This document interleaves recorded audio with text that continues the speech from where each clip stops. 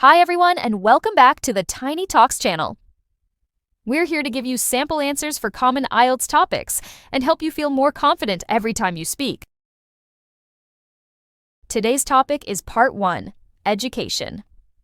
To start, we want you to know that the lesson will be divided into two parts.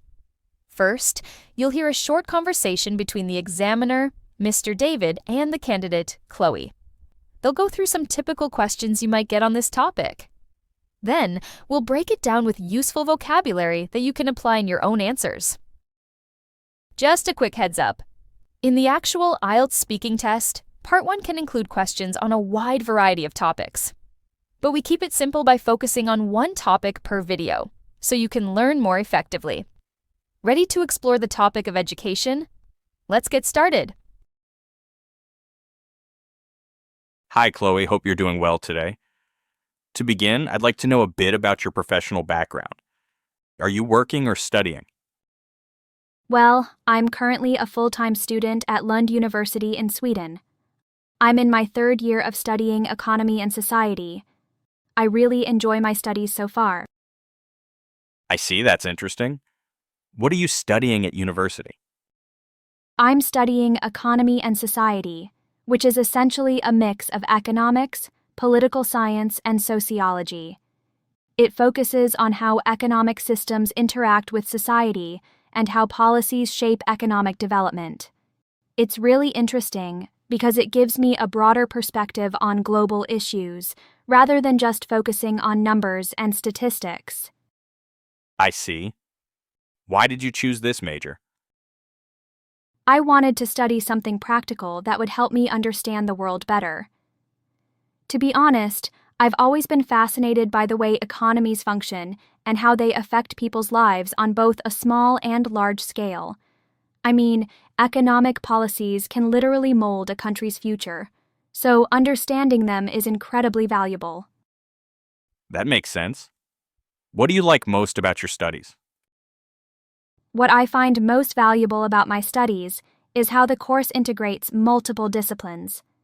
Besides pure economics, we also study history, politics, and even human behavior, which makes the course more engaging and well-rounded. In addition, I really enjoy the class discussions. My university encourages a lot of critical thinking, so lessons feel more like debates rather than just lectures. Is there anything you find difficult about your course? Definitely. Some quantitative courses like econometrics and statistical analysis are quite tough because they involve a lot of numbers and formulas. Moreover, some academic papers are hard to understand because they are packed with jargon, so it takes time to fully grasp the concepts.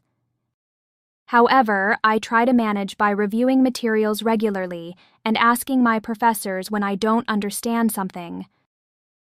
I understand. How do you usually study for exams? I guess I'm quite methodical when it comes to studying. I usually create detailed summaries of key concepts and use flashcards for definitions. I also like watching educational videos or documentaries related to the topics I'm studying. It makes learning more engaging. And, if I have time, I like studying and having in-depth discussions with my friends, as it helps me see different perspectives. I see, that's a good strategy. Do you prefer studying alone or with friends? And why? I think it depends. When I need to focus on complex concepts or memorize a lot of information, I prefer studying alone because it helps me concentrate without distractions. But for subjects that require discussions, such as economic policies or case studies, I definitely prefer studying with friends since it allows me to exchange ideas and gain new insights. It helps me see things from different perspectives, and sometimes explaining concepts to others actually strengthens my own understanding. What do you plan to do after you graduate? My dream is to work for a multinational corporation in economic research or consulting. I enjoy analyzing market trends and helping businesses make informed decisions.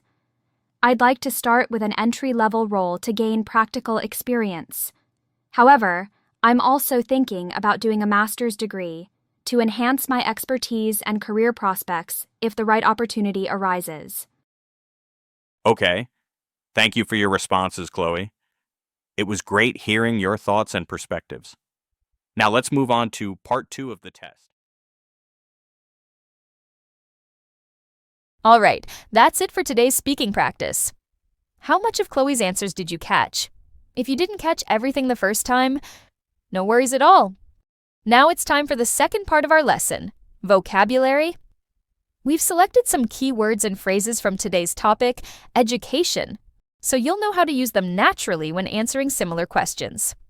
So grab your notebook, and let's jump right in.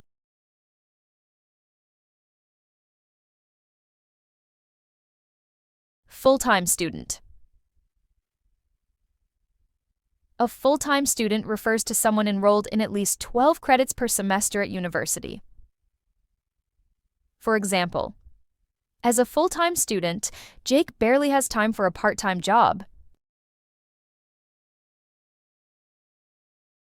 So far.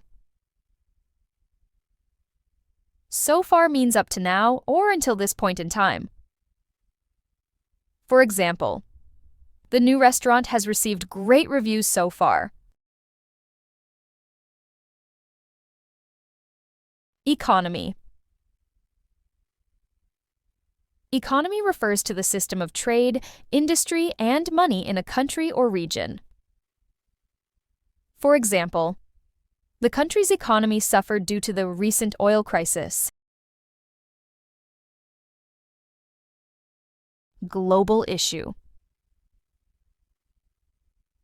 A global issue is a problem that affects many countries or even the whole world. For example, climate change is a serious global issue that requires immediate action. Fascinate. To fascinate means to strongly attract or interest someone. For example, the idea of exploring deep space fascinates many scientists. Incredibly. Incredibly means extremely or unbelievably. For example, the view from the mountaintop was incredibly beautiful. Mold. To mold means to shape or influence something. For example, his childhood experiences molded him into a compassionate leader.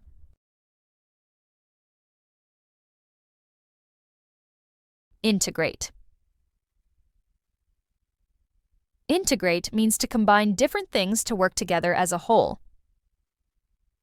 For example, schools integrate technology into classrooms to enhance learning.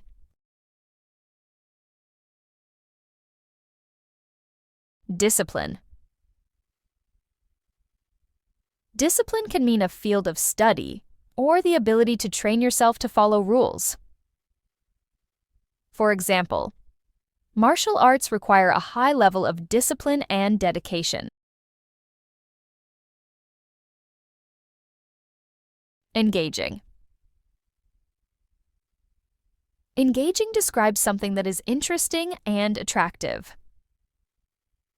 For example, the book was so engaging that I finished it in one day.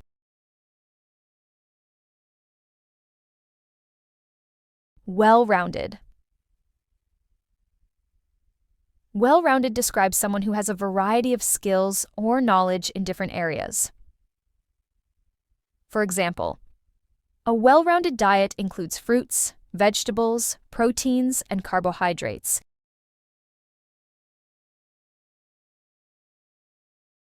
Critical thinking. Critical thinking means the ability to analyze and evaluate information to form a judgment. For example, good detectives rely on critical thinking to solve cases.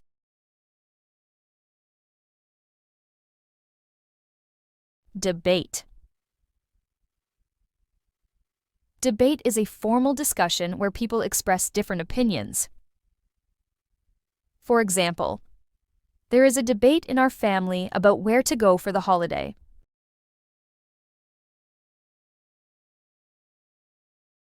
Quantitative courses. Quantitative courses are academic subjects that involve data and analysis.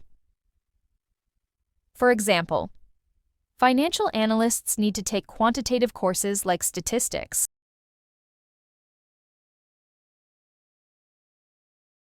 Econometrics. Econometrics refers to the application of statistical methods to economic data. For example, econometrics is often used to predict stock market trends.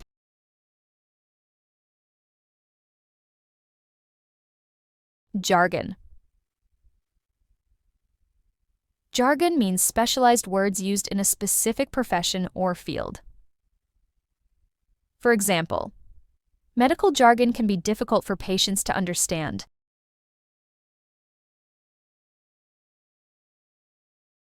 Grasp.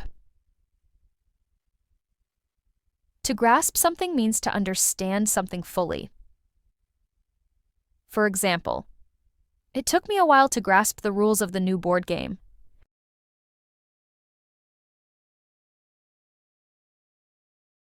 Methodical. Methodical describes someone who is organized and careful in their approach. For example, the methodical doctor always examines each patient thoroughly before making a diagnosis.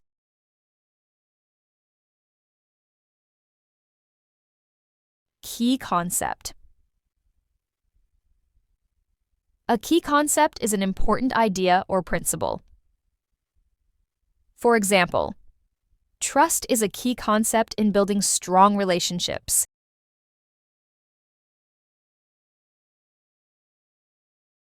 Flashcards. Flashcards are small cards used for learning or memorization. For example, she uses flashcards to learn new words in a foreign language.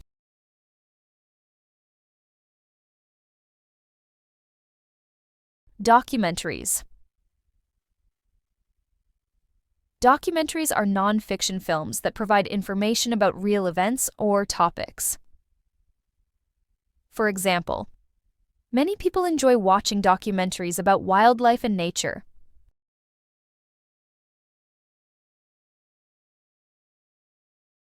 In-depth. In-depth means detailed and thorough. For example, before buying a car, he did an in-depth comparison of different models and their features.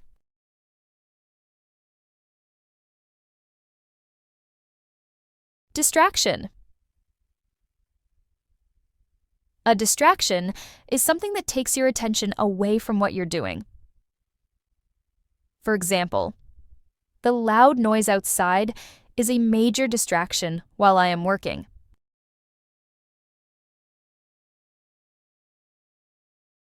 Case study. A case study is a detailed analysis of a particular situation or example. For example, the business students conduct a case study on a successful startup. Insight. Insight means a deep understanding of something. For example, talking to grandparents often provides valuable insight into life and relationships.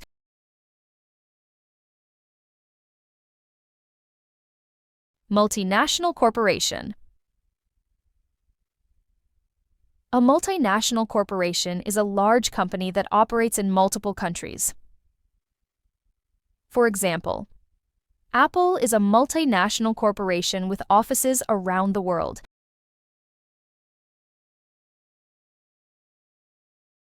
Consulting. Consulting is the business of giving expert advice to organizations. For example, Many retired executives start a consulting firm to share their expertise.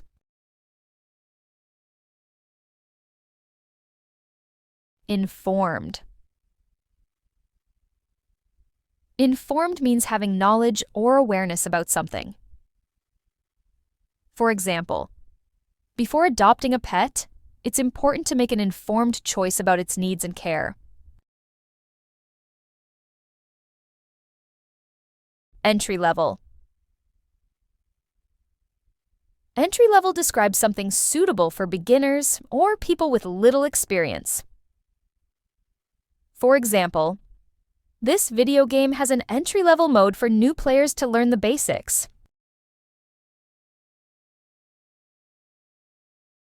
Enhance. Enhance means to improve or make something better. For example, listening to music can enhance your mood on a stressful day. Prospect. A prospect is the possibility of something happening in the future. For example, the prospect of traveling to Japan excites him.